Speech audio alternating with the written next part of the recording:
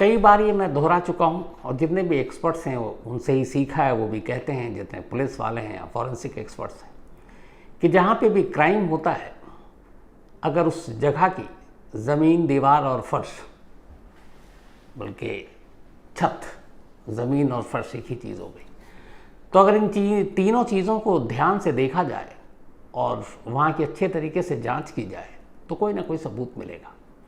और ये अक्सर कामयाब रहा है। जो भी अच्छे इन्वेस्टिगेटर हैं वो इसी तरीके से बारीक नज़रों से मौका वारदात से कोई ना कोई सबूत ढूंढते हैं। कई ऐसे सबूत भी होते हैं जो आंखों से दिखाई नहीं देते, नंगी आंखों से, लेकिन फिर बाद में मिलते हैं, जैसे फिंगरप्रिंट्स हो या फिर डीएनए सैंपल हो। आज की कहानी एक ऐसे मर्डर इन्वेस्टिगेशन की कहानी है, एक ऐसे कत्ल की जांच की कहानी है जिसमें जब पुलिस मौके पर पहुंची तो उसे एक ऐसा सबूत मिल चुका था जिसके बलबूते पर वो फ़ौरन इस केस को सुलझा लेती। लेकिन शुरुआत में लगा ही नहीं कि ये कोई सबूत भी हो सकता है, जो इस केस का सबसे बड़ा सबूत था। सबूत जिसको नज़रअंदाज शुरू में किया गया, लेकिन फिर वही सबूत बना। लेकिन आखिर में जब क्लाइमेक्स आता है इस कहानी का, तो सबूत कहीं ना कहीं थोड़ा बहुत हार भी जाता है। कैसे? पूरी कहानी पेश है। बात करीब 13 साल पुरानी है, 2010 की। 2010 में कोलकाता से एक अच्छे परिवार का लड़का जिसका नाम दीपन असित बैनर्जी, उम्र 25 साल, पढ़ाई करने के बाद दीपक की एक मल्टीनेशनल कंपनी में मुंबई में जॉब लग गई। अब वो मुंबई आया और मुंबई में एक अच्छी सॉफ्टवेयर कंपनी थी, उसमें वो नौकरी करने लगा। सैलरी ठीक ठाक थी। तो पहले तो उसने कुछ वक्त, जून में वो मुंबई आया था, जून 2010 में, तो एक कुछ लोगों के साथ शेयर करके रूम में रहने लगा था। लेकिन फिर उसे लगा था कि उसे आगे हायर स्टडी के लिए भी पढ़ाई करनी है जॉब के साथ साथ। तो फिर उसने कहा कि डिस्टर्बेंस होती है तो अलग से कोई फ्लैट ले लेता हूँ। तो फिर उसने नवी मुंबई में एक अपार्टमेंट में एक रेंटेड फ्लैट ले लिया और वहीं वो रहने लगा। रूटीन था उसका, सुबह उठकर घर पे फ़ोन करना कोलकाता में, या शाम को, या फिर घर से माँ बाप या सिस्टर थी एक, उसका फ़ोन आता था। जून से लेकर जुलाई तक सब कुछ ठीक था, अगस्त भी ठीक था।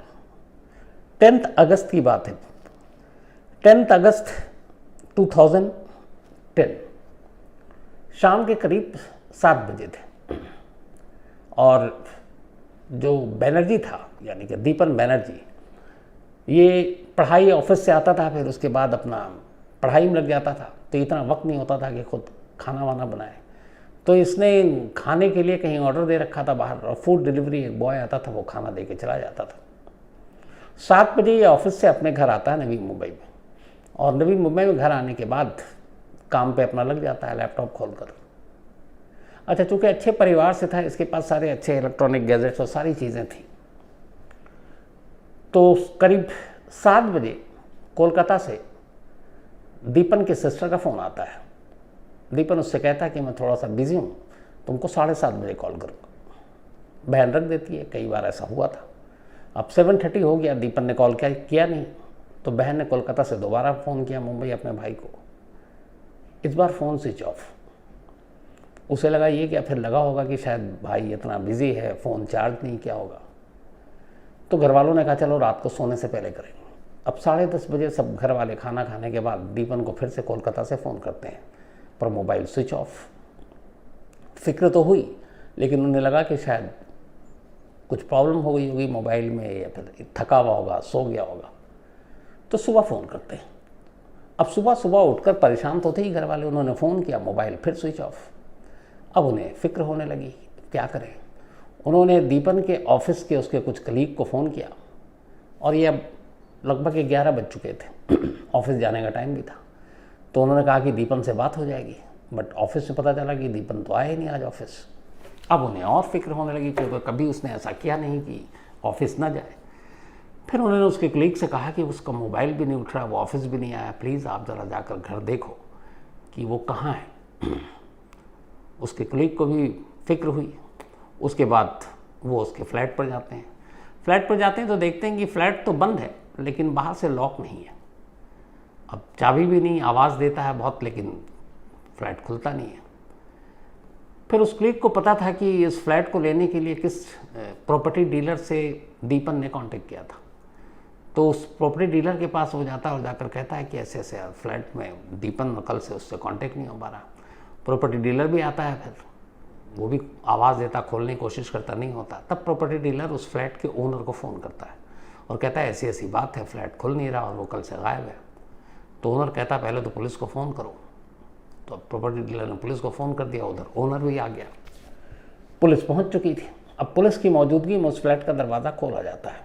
जब दरवाज़ा खोला गया तो अंदर दाखिल होते ही कहीं तो कमरे में और मिला नहीं दीपन, लेकिन जब बाथरूम का दरवाज़ा खुला तो फिर सामने दीपन की लाश पड़ी थी, खून से लथपथ, बेतहाशा खून पूरे बाथरूम में बिखरा पड़ा था।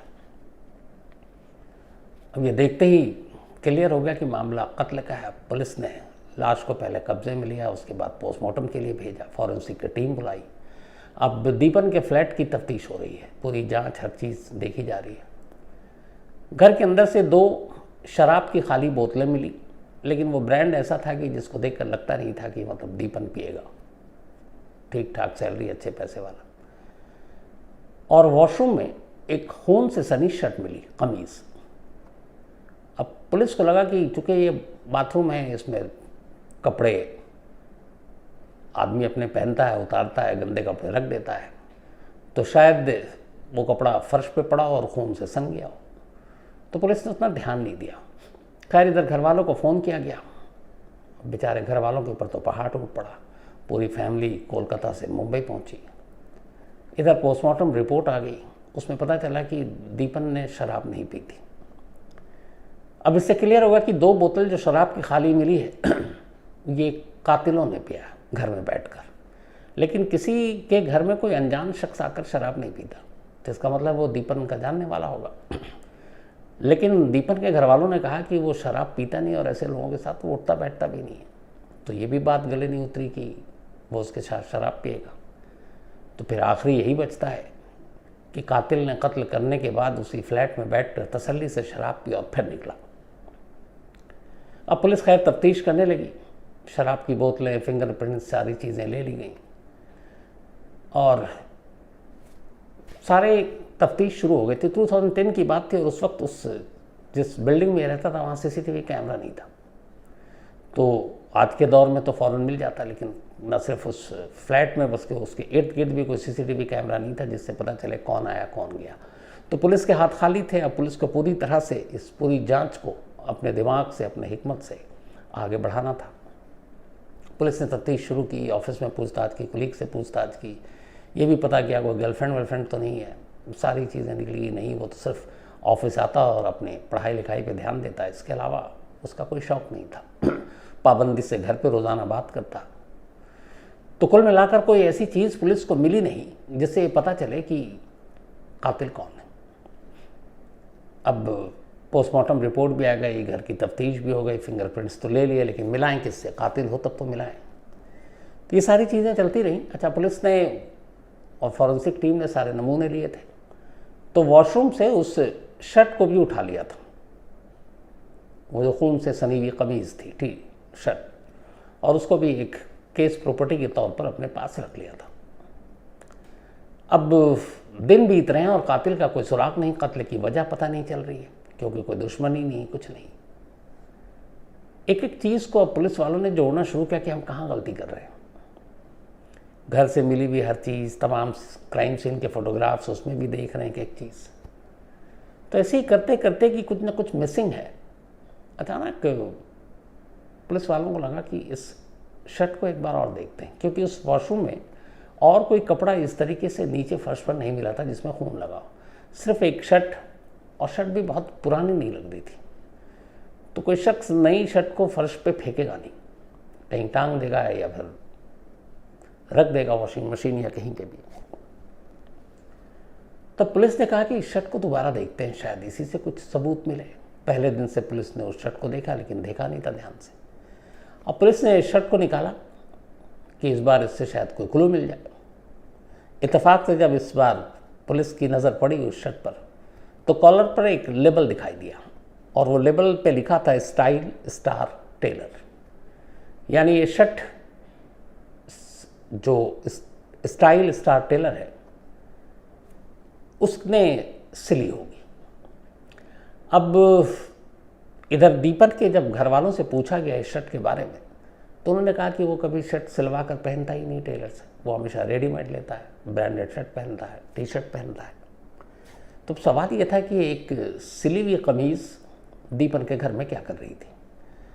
अब स्टाइल स्टार टेलर के साथ उस जो लेबल लगा हुआ था, एक और अच्छी भी चीज़ थी उसमें एक फ़ोन नंबर भी लिखा था इसी टेलर का। बहुत सारे लोग अपनी ब्रांड की पब्लिसिटी करने के लिए, ज़्यादा लोगों तक पहुंच बनाने के लिए अपनी इस तरीके से नंबर भी डाल देते हैं। तो अब शर्ट के कॉलर पे एक लेबल और लेबल पे लिखा हुआ है स्टाइल स्टार टेलर और उसके नीचे नंबर। पुलिस ने कहा चलो इसी को ट्राई करते हैं। पुलिस ने फ़ोन किया तो पता चला हाँ ये उसी स्टाइल स्टार टेलर का नंबर है।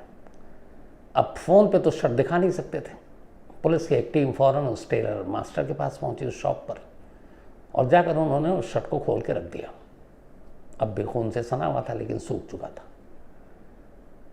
और लेबल दिखाया कि आपकी शॉप का है। उन्होंने कहा जी हमारा है। तो पूछा कि ये शर्ट किसने सिलवाई। आमतौर पर दर्जी या टेलर के पास एक रिकॉर्ड होता ही है। तब उसने कहा कि कुछ वक्त पहले एक लड़के ने ये शर्ट सिलवाई थी और मैं उसको जानता हूँ। वो इसलिए जानता हूँ कि उसके भाई को मैं अच्छे से जानता हूँ। तो फिर पुलिस ने कहा चलो। अब वहाँ गए तो उस लड़के से पूछा गया कि भाई ये तुमने शर्ट सिलवाई थी।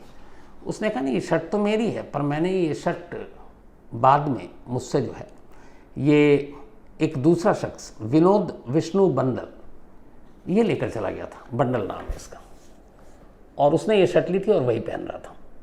अब पुलिस ने पूछा कि वो कहाँ मिलेगा तो उसने बताया।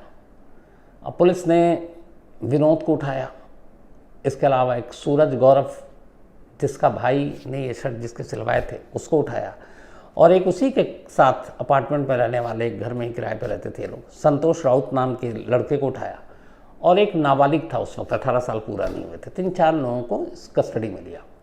अब उनसे पूछताछ शुरू करने लगे। उन्होंने कहा हमें नहीं मालूम ये कमीज़ कैसे आई उस दीपन के घर में। लेकिन पुलिस ने जब तफ्तीश की तो तफ्तीश करने पे पता चला कि इसमें जो विनोद विष्णु बंडल है, उम्र करीब 23 साल लड़का सा, ये दीपन के घर में फूड डिलीवरी क्या करता था। दीपन जब भी ऑर्डर देता तो ये उस जगह पे काम किया करता था, तो अक्सर यही खाना लेकर आता था। तो अब एक कड़ी जुड़ गई, पहली कमीज़ की, अब दूसरा ये कि ये अननोन नहीं, अनजान नहीं है, ये दीपन के घर जाया करता था। अब पुलिस ने तसल्ली से पूछताछ की तो फिर पुलिस के अंदाज में जब पूछताछ होती है तो फिर लोग बोल पड़ते हैं। तब वो बोल पड़ा और उसने कहा हाँ मैंने ये कत्ल किया। और फिर उसने अपने साथ इन साथियों के नाम बताए, जिन चारों के बताए मैंने आपको, सूरज गौरव, विनोद विष्णु बंदल, संतोष राउत और एक नाबालिग था। तो अब उन्होंने कबूल तो कर लिया, बट 2 चीज़ें अभी भी बाकी थी। एक ये कि ये शर्ट वहाँ कैसे पहुँची, और दूसरी एक 25 साल का लड़का जो कोलकाता से मुंबई नौकरी करने के लिए आया, जिसकी किसी से दुश्मनी नहीं, तो उसे क्यों मारा। तो फिर इन कातिलों ने बताया कि चूँकि बंडल अक्सर फूड डिलीवरी के लिए वहाँ घर जाया करता था, सुबह और रात का भी खाना देता था, तो आते जाते बहुत फ्रैंक हो गए कि दोनों की एज में ज़्यादा फ़र्क नहीं था। तो दीपन भी उससे बात करने लगा, कहाँ कैसे कहाँ से आओ। वो भी उससे पूछता था साहब आप क्या करते हो, कहाँ हैं। तो जब वो घर के अंदर आने लगा और खाना रखने लगा तो उसकी नज़र घर के चारों तरफ पड़ी और उसने देखा कि यार उसके घर में बहुत सारी कीमती चीज़ें रखी हुई है, लैपटॉप है, महंगे फ़ोन हैं, घड़ियाँ हैं अच्छी। फिर उसने दोस्ती हुई थी, चूँकि बातचीत होती थी, तो उसने सैलरी पूछी तो पता चला यार वो भी कई लाख में है। तो लगा कि इसके पास बहुत पैसे हैं और अमीर है, और ये इतनी सारी चीज़ें ही कई लाख की हैं। उसने जाकर अपने दोस्तों को ये बात बताई। उसने कहा कि एक लड़का रहता है जो कोलकाता से आया है, मुंबई में है, अच्छी नौकरी करता है, उसके घर पे कम से कम अगर हम लोग चोरी करते हैं तो कई लाख रुपए के हाथ लग जाएंगे। तो उसने कहा लेकिन यार चोरी करेंगे तो वो पकड़ में आ जाएगा, कल को वो पहचान लेगा। यहीं पे इन लोगों ने यह तय किया कि नहीं, हम चोरी करेंगे तो वैसे ही नहीं करेंगे, मतलब चोरी करेंगे जब उसकी मौजूदगी में ही करना है, खाना देने के बहाने जाना है और फिर तो बोला फिर उसको अगर हम लोग सिर्फ मार के भागेंगे तो वो तो पकड़वा देगा, तो उससे अच्छा ही है कि उसे मार डालते हैं और फिर जो है सारा सामान चुराते हैं। सब ने रजामंदी दे दी। इसी के बाद 10 अगस्त की शाम 7 बजे इन चारों ने खाना देना था। दीपन का फ़ोन आया बंडल के पास, बंडल ने कहा लेकर आ रहा हूँ। और उसी वक्त 7 बजे के आसपास दीपन की सिस्टर का कोलकाता से फ़ोन आया। उसने कहा 7:30 पे कॉल करेंगे, क्योंकि तब दीपन खाना लेकर आ गया था और उसने कहा मैं बाद में बात करता हूँ। दीपन के पीछे 3 और लड़के थे। घंटी बजी, दरवाज़ा खोला। जैसे दरवाज़ा खोला उन तीनों ने अचानक घर के अंदर ज़बरदस्ती दाखिल हुए, दीपन के ऊपर काबू पाया और उसे खींचकर बाथरूम ले गए और उसके जिस्म पर चाकू के कुल 16 वार किए। 16 वार किए। वॉशरूम में ही दीपन की मौत हो गई। लेकिन इन सब में एक कातिल की कमीज़ पर बहुत सारे खून लग गए। जब खून लगा तो उसने कहा अब ये खूनी कमीज़ पहनकर बाहर निकलेंगे तो लोग पकड़ लेंगे कि ये क्या है। तो उसने कहा कि इस शर्ट को उतार दो। उसने अपनी शर्ट उतार दी और बाकी खून पोंछा उसे शर्ट से और वहीं लाश के पास डाल दी और दीपन का एक शर्ट पहन कर निकल गया। उससे पहले उन्होंने सारा सामान समेटा। उन्हें मालूम था इस घर में कोई और रहता नहीं, कोई आता नहीं, क्योंकि सारी चीज़ें बंडल पता कर चुका था। तो ये सब शर्ट वर्ट बदलने के बाद ये लोग अपने साथ शराब की बोतल लेकर आए थे। बाथरूम में लाश पड़ी है। ये लोग ड्राइंग रूम में बैठकर शराब पी रहे हैं और उसके बाद आराम से सारी बोतलें खाली करने के बाद रात को ये चारों घर से निकल जाते हैं और फिर बाद में ये कत्ल का राज खुलता है। तब पुलिस पकड़ चुकी थी। उनकी निशानदेही पर लैपटॉप, मोबाइल, ये सारी चीज़ें भी पुलिस ने बरामद कर दी। अब ये मामला कोर्ट में गया।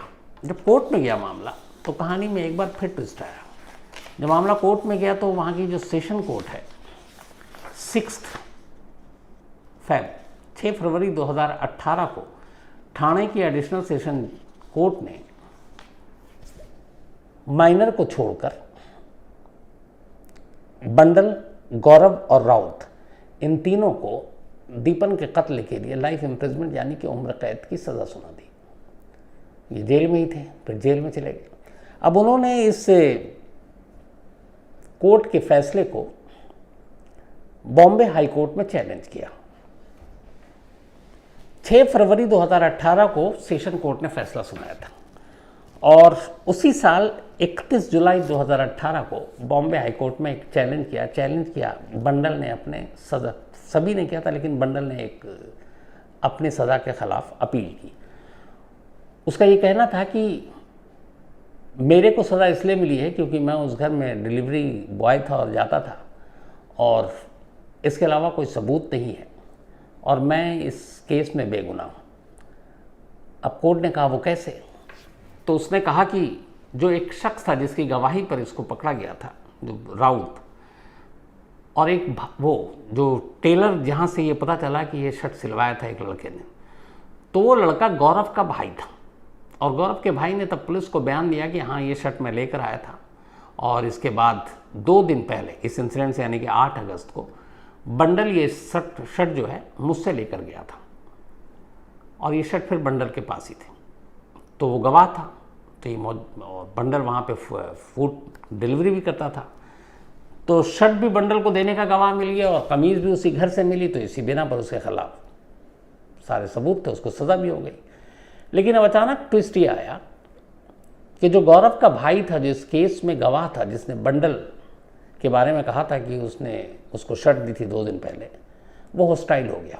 उसने अपने बयान को बदल दिया। उसने कहा कि उसने इसलिए बदला कि जो बाकी हैं सबके ऊपर इसका असर पड़ेगा। लेकिन कहानी पलट गई।